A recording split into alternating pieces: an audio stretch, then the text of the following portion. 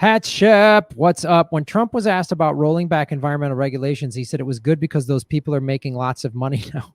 Yeah, that's exactly what he said. That's exactly what he said. And they all talked about, then remember when Joe Biden said, like, oh, Wall Street likes my plan better because Wall Street says it'll create more jobs.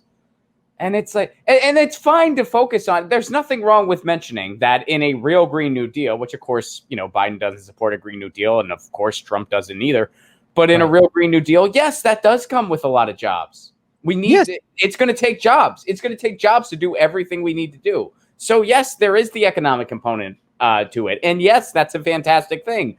But, the kind of leading bullet point should be we're going to fix things so that we're not going to be not on this planet any freaking time soon. That should be the first thing. Hey, we have to do something or we're going to reach the point of no return. We have to freaking do something. And then you can bring up, and by the way, there's like a butt ton of jobs. This is going to be a good thing. And they're not going to be shitty temp jobs that just wrecks an environment, wrecks your health, and then we just move on and wreck somewhere else. They're going to be permanent jobs. They're going to be permanent green jobs. And the other thing, too, is, and this is the thing, when Trump goes, it's going to cost $100 trillion, like just one crazy Trump lie, and, which is basically how you're going to pay for it. Biden cannot say, well, we'll pay for it the same way we pay for all these wars. He can't come at that because he helped us go from 2 wars to 7 and he'll keep the war machine going. So it's like, he can't say, look, if we don't fix this, we're all going to die. So we have to fix this. And here's how I'm going to do it. I'm going to cut our military budget in half. I'm going to put this, I'm going to create peace with Russia and China and get them on board, since we're all big superpowers, and India and Brazil, to get them on board with reversing climate change. And we're going to all work together to do that as not just America, but as the human race. And we're going to put all Americans to work doing that. That's how you say that, but you can't say that when you're funded by corporations.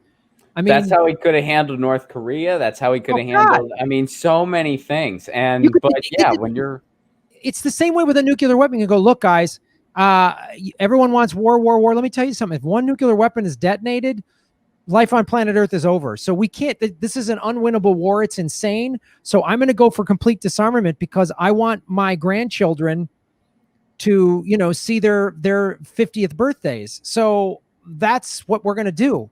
And I'm going to sit down with Russia. I'm going to sit down with China, and I'm going to broker peace with these people. And I'm going to get us together to work together as a planet to find a vaccine, to do everything together to save the planet. That's what I mean. But you can't do that when you work for these two corrupt parties. It's just maddening that, like, socialized medicine. What is it? 1983. Shut up.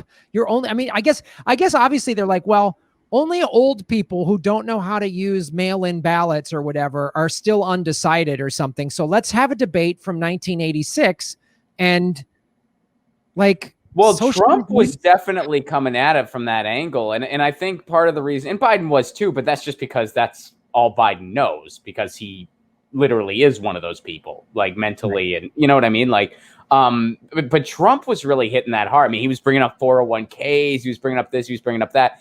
And I think the reason he was doing that is because he probably saw the polls where he's down with 65 plus. And he probably thought, you got to be kidding me. I'm not winning that demo. The Republicans not winning that demo. Now, I mean, I think we got to take these polls with a big grain of salt. I think whatever Trump's got, you got to add 10 to it. But but in some polls, you even add that 10 to it, he's still down. So I know.